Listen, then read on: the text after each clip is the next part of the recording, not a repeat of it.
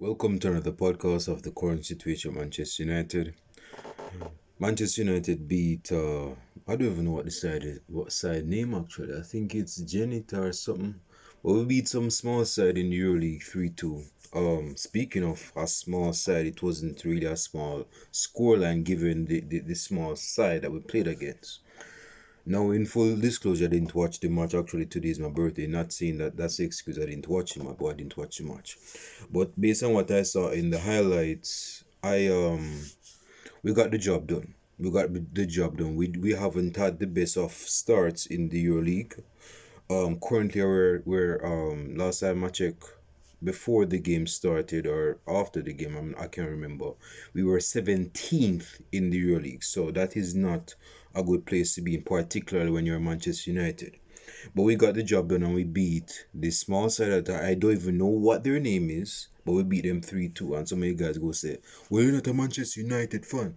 A Manchester United fan is going to keep up with their Manchester United games and who we're playing against, because it's Manchester United and you're supposed to support Manchester United all the way through whoever we're playing against, because we're Manchester United.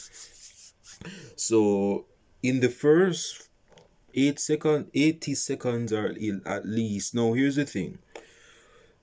We press from the front, and that has been a positive, even under everything else. We press from the front, but in this game, Hoyland is the reason why the first goal was scored, because he initiated the press. Well, he's a centre forward, so of course he's going to initiate the press. He pressed the goalkeeper. I don't even know what kind of ping pong game they were playing, but they passed the ball back to the goalkeeper, and Hoyland pounced on it on the goalkeeper because he didn't have no first touch or no control. He lost control of the ball that he didn't control in the first place. And Garnacho was running onto it to support Hoyland, and Hoyland was brought down, but it wasn't a penalty. But because of his physicality, Garnacho got the ball in his feet and he scored it with the one time. So that was a very good goal. You would think that would set the tempo of the game. You leading 1-0 in the first 90 seconds. You think that this is going to be a bloodbath for whatever side we played against, right? Beat them 5-0, right? Apparently that wasn't the case, because some minutes later, at least 15 or 30, whatever time they equalized,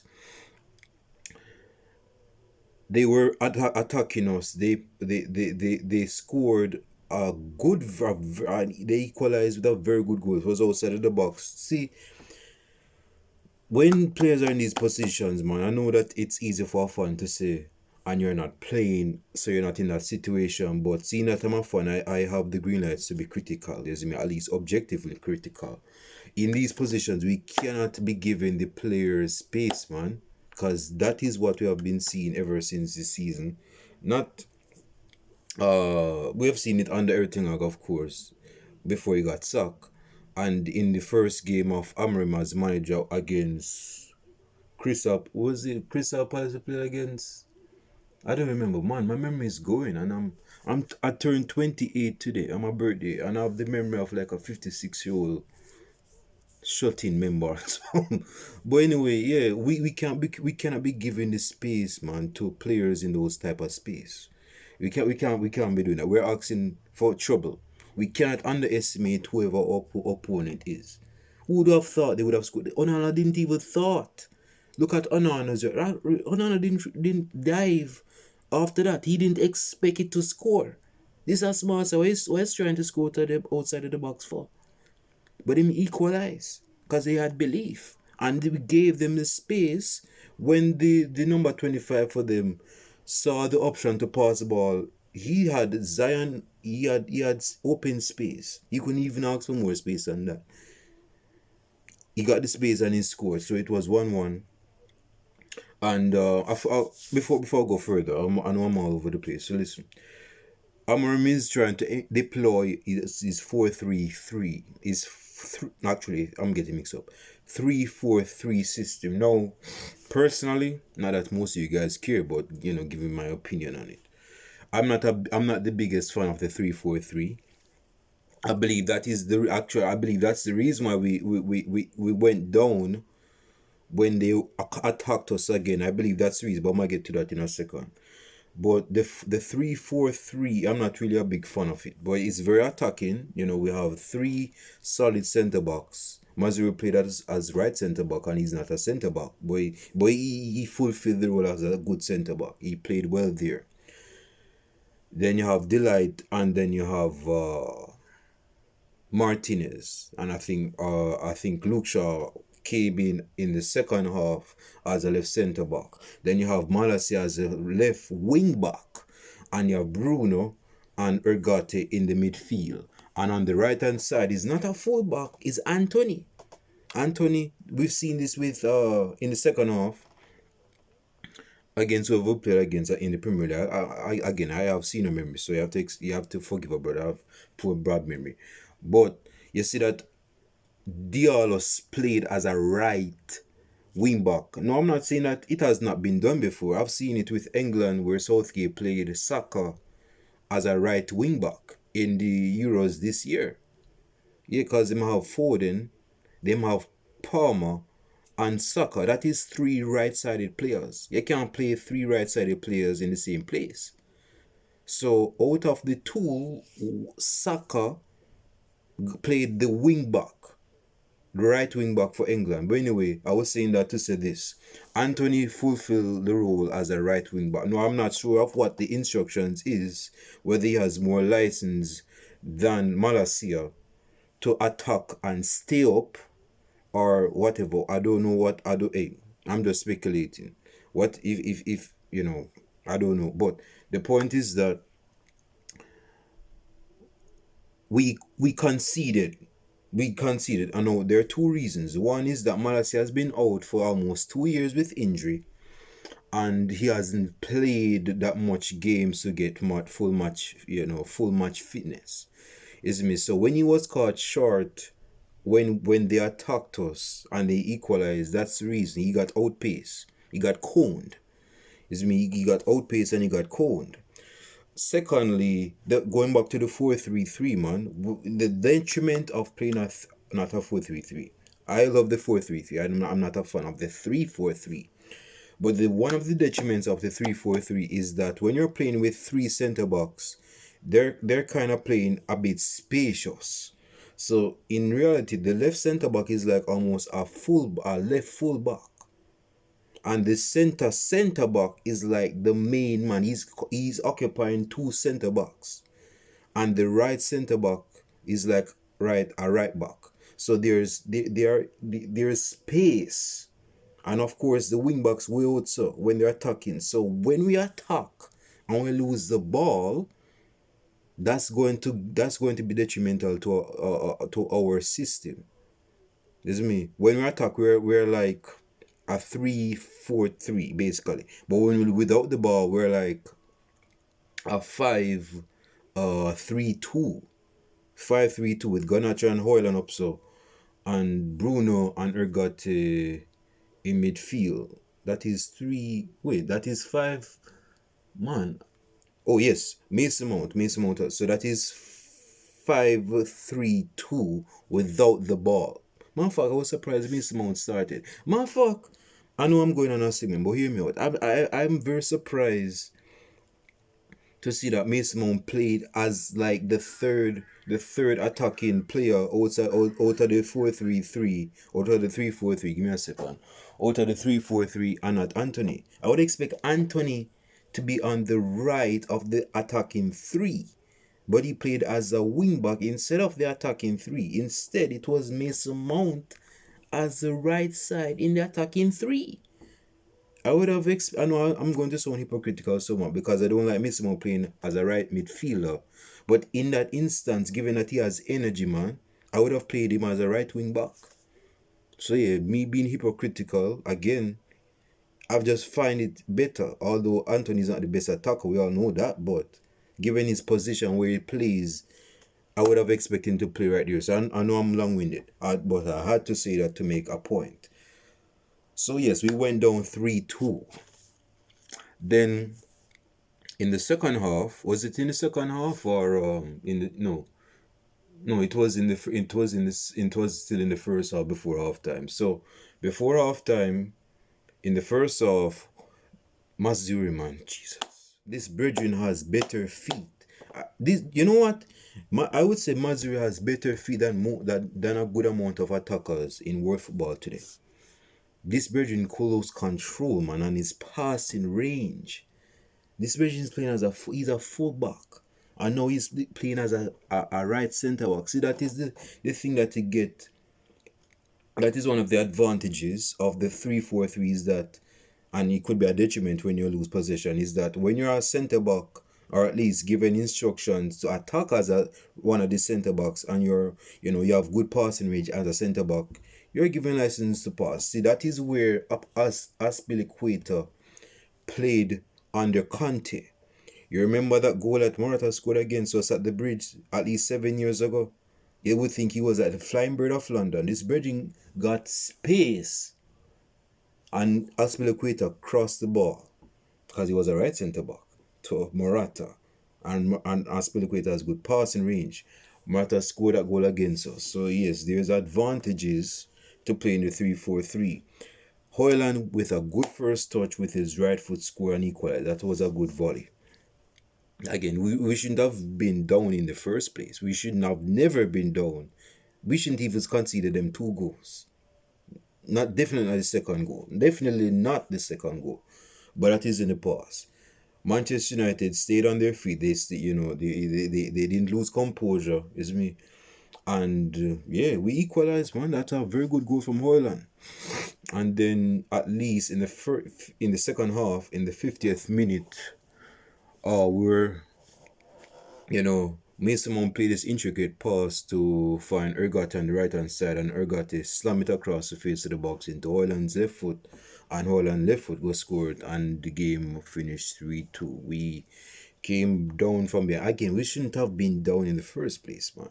We should not have been down in the first place against some side I haven't heard of. I don't even know their name. I don't know their name. I don't even think their name is on FIFA or something.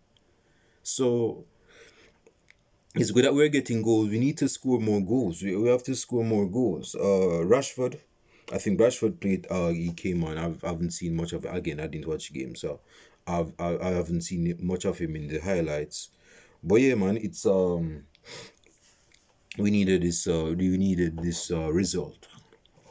Leave your comments down below in the comment section, like and subscribe to the channel, and wish your brother a happy birthday. I just feel like saying something else, so I will.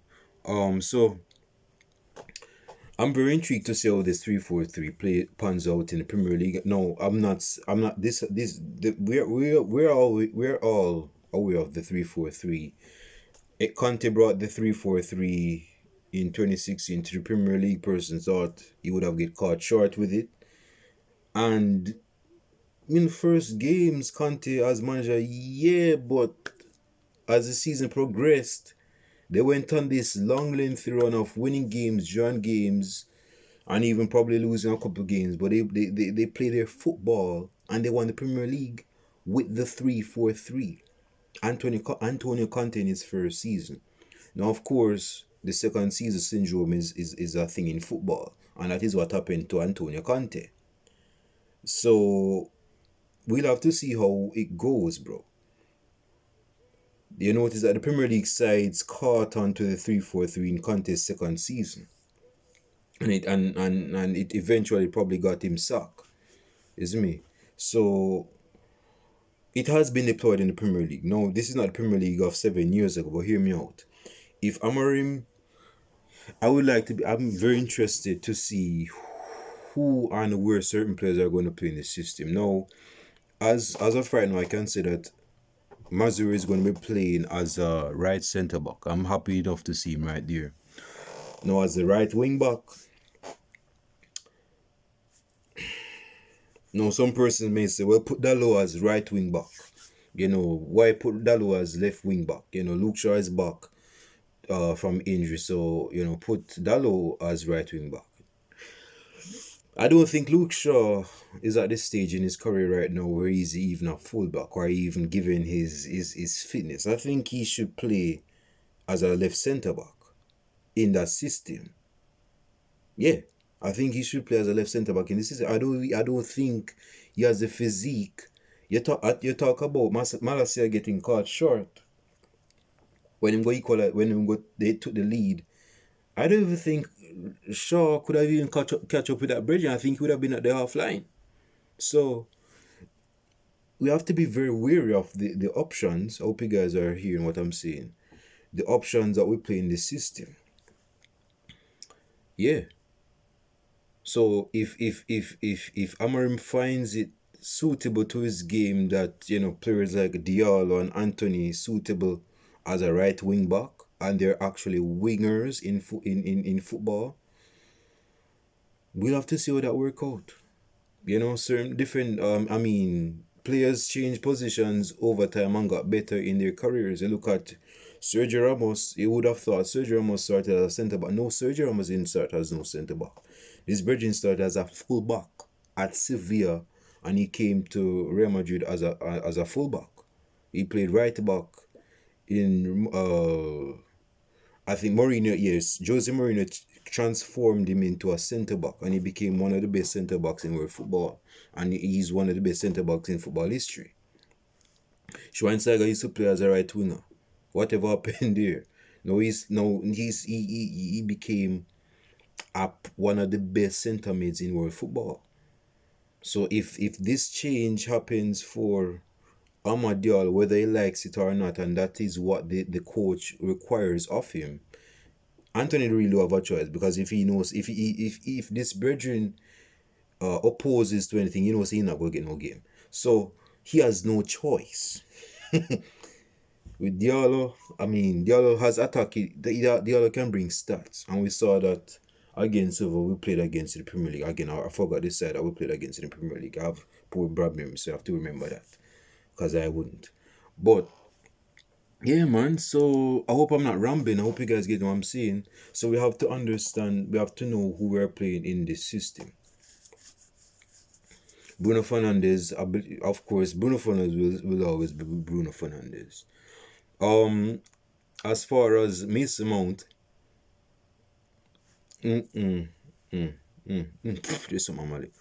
as far as Mason Mount in the system, again, personally, I would like him. Again, I'm no manager, but I'm giving my subjective opinion on it. I think he's better to play as a right wing back. Now, I'm not saying he should start there because we go look suspect defensively, but given that he has stamina and a lot of energy, I think he's a better suit as right wing back than Anthony. I haven't seen Anthony in this game, although I didn't watch the game. But I don't think this brethren had much of an impact. I'm not saying he played bad, but this is Anthony we're talking about. So we'll have to see how it goes, though. We have to see how it goes. If he finds it suitable, let me say this: if he finds it suitable that Mason Mount is more suitable to play in the attacking three on the right side than Amad Diallo, which I don't think is the case. But seeing that this is Europa League, he's going to play some of the fringe players like Anthony that don't get no game time. Then Anthony, then okay, he can play Mason Mount over Anthony. Again, Anthony, Anthony's Anthony, but he's a player, so he's going to get game time. But if it comes down to Amad Diallo, I personally would like to see Amad Diallo play in the attacking three, not as the right wing back. I want to see Amad Diallo with stats to his name, man. Yes, stats is looked down upon, but personally, man, this Virgin needs to be playing in the attacking third. But again, if the manager sees it fit that this brethren named Amad Diallo plays as a right wing back, then who am I to say? But in my let me know your opinions on below. Where do you like to see Amad Diallo play? Right wing back or right winger out of the attacking three? Which one you guys see? Because for me personally, again, not to be a broken record, but I'd like to see him in the attacking three. I want to see stats to his name. Now, of course, if he plays, this is where instructions are given to the players, particularly the wide forwards. That is Ganacho and Diallo. We all know that when we're attacking, which one of these attacking players is going to be further up and more given more license to be in the box to score. Ganacho is that guy.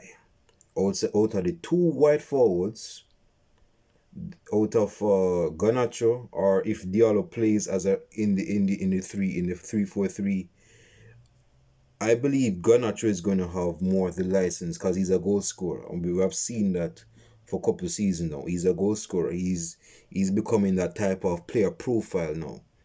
He's a winger, yes, but the type of winger he's not like a Di Maria. He's not a type of winger. He's more like a goal scoring inside forward or a wide forward, whatever you guys want to call it. He's that guy.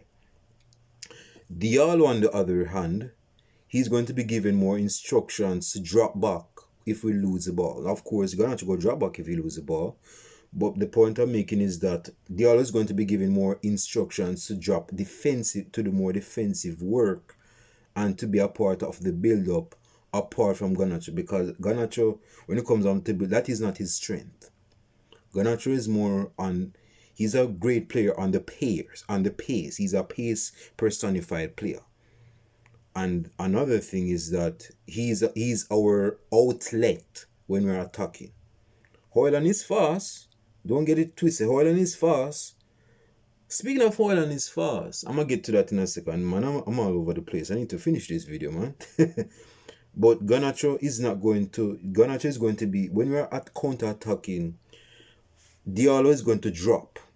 So that's going to lead Hoyland right here, so, and Rasmus, Hoyland right here, so, and Rasmus Hoyland right here, so, and Garnacho. So Garnacho is going to be the outlet to support Hoyland. Of course, Diallo is going to help, but Diallo is going to drop. He's going to be slightly deeper.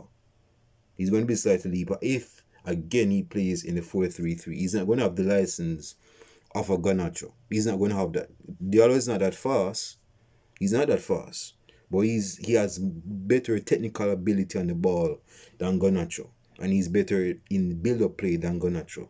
So because he's better in build-up play than Garnacho, he's going to be involved with the build-up play with Bruno Fernandes, Andre Gutter, or Kobe Mino, or Mason Mount if he plays in midfield, which I don't think is going to be the case, because we're not really playing with a number 10, although we know Bruno Fernandes is going to find himself in that number 10 slot at some point. But the point is that Diallo is going to be given more license to drop. Whether he plays as a right wing, but he knows that. Whether Diallo plays as a right wing back or even in the right wing position in the 3-4-3, either way, he's going to be given more defensive instructions than Garnacho. So Garnacho gets away with it because of his attacking prowess. Not saying that Diallo doesn't. He does. But if we lose the ball, Diallo is going to be the one to compromise. He's going to be that compromise player to drop back and help defend. Garnacho, yes, he's going to drop back, but he's not going to drop back as far as Diallo. I hope I made myself clear with that. Now, going to Rasmus Hoyland, I know this is confusing, but hear me out. We know that Rasmus Hoyland is a fast player. Very fast, very strong.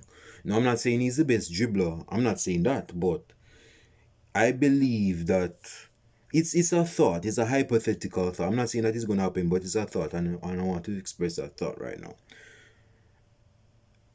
I would like to see Hoyland on the right side. If we're going to play Xerxes, because Xerxes is a player, so we have to involve him. If Xerxes is playing, then he needs to be playing definitely as a striker. He's not going to play no wing. Hey, I've said this guy is slow enough already. I don't want to repeat myself, but he's a slow player. We know that. So to get the best out of this brethren, we play him as a striker.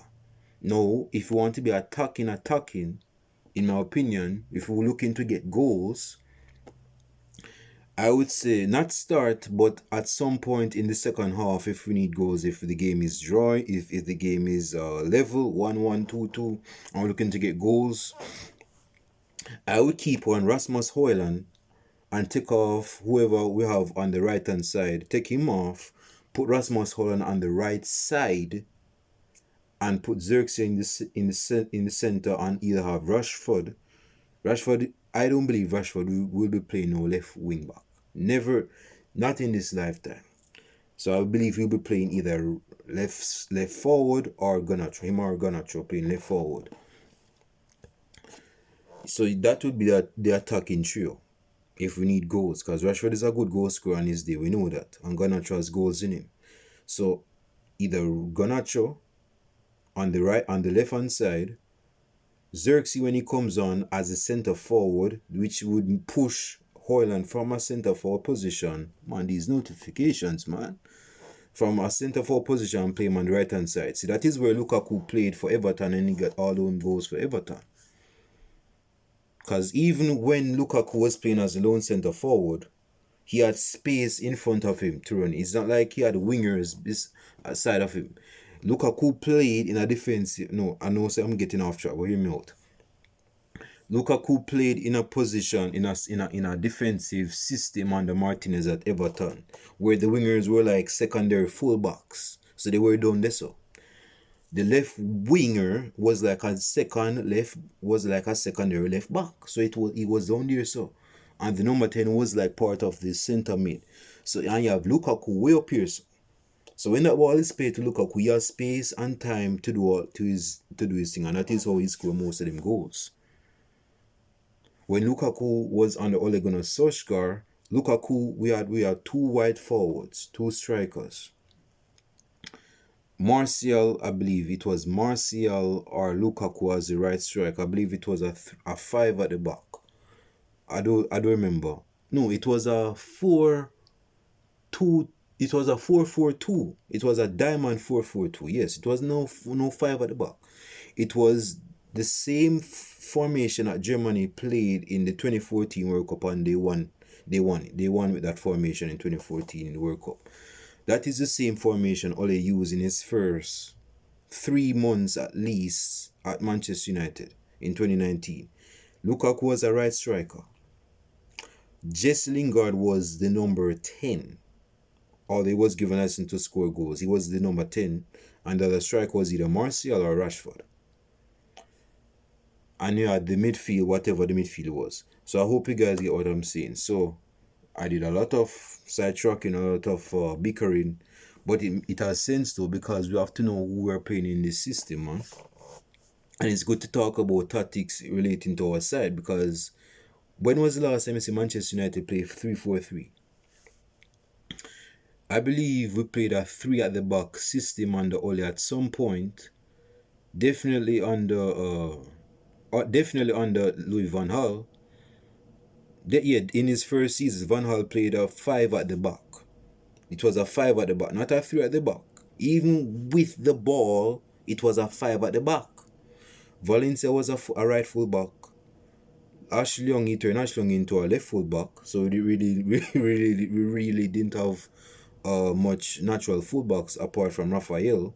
And we had Daley Blind, but Daley Blind was no fast player. And Luke Shaw, he was young at the time, that was his first season, but, he wasn't getting much game time under Louis van Gaal in his first season. So we had Ashley Young as the left wing back, Antonio Valencia as the right wing back. And Daley Blind was played as a left centre back, I believe, or deployed as a defensive midfielder, although it was too slow for that department. We couldn't play him there. So anyway, 29 minutes. Leave your thoughts in the comment section below. I know for the last 20 minutes I did all of this ins and outs about the tactics, who's supposed to be starting, what's supposed to happen if this player starts. Yes, so I know. Leave your comments below. I hope you guys watch up until this point. Show your appreciation by liking and subscribing to the channel. Leave your comments below. Hit the bell as well so that you can be notified on each upload. With that being said, our brothers out. Peace.